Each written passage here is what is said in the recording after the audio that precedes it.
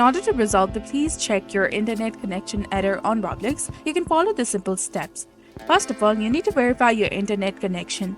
Make sure that your internet connection is stable and restart your router or modem and reconnect to your Wi-Fi. And you can completely close the Roblox and then reopen the game or the app. You can also try clearing the web browser. For that, click on the three dots in the top right corner of your browser and then go to Settings. Down here, go to Privacy and Security and then click on Delete Browsing Data. Check the box of Browsing History and go ahead and click on Delete Data option. You can also switch to a wired connection.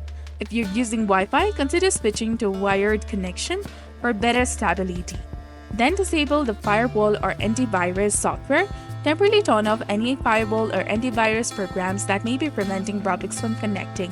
And you can also try restarting your entire device and reboot your computer or mobile device to fix any potential network problems.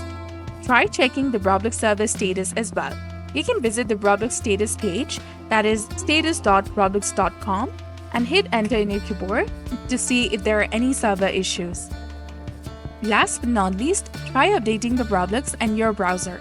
Make sure that both of your Roblox app and the browser are updated to the latest versions available.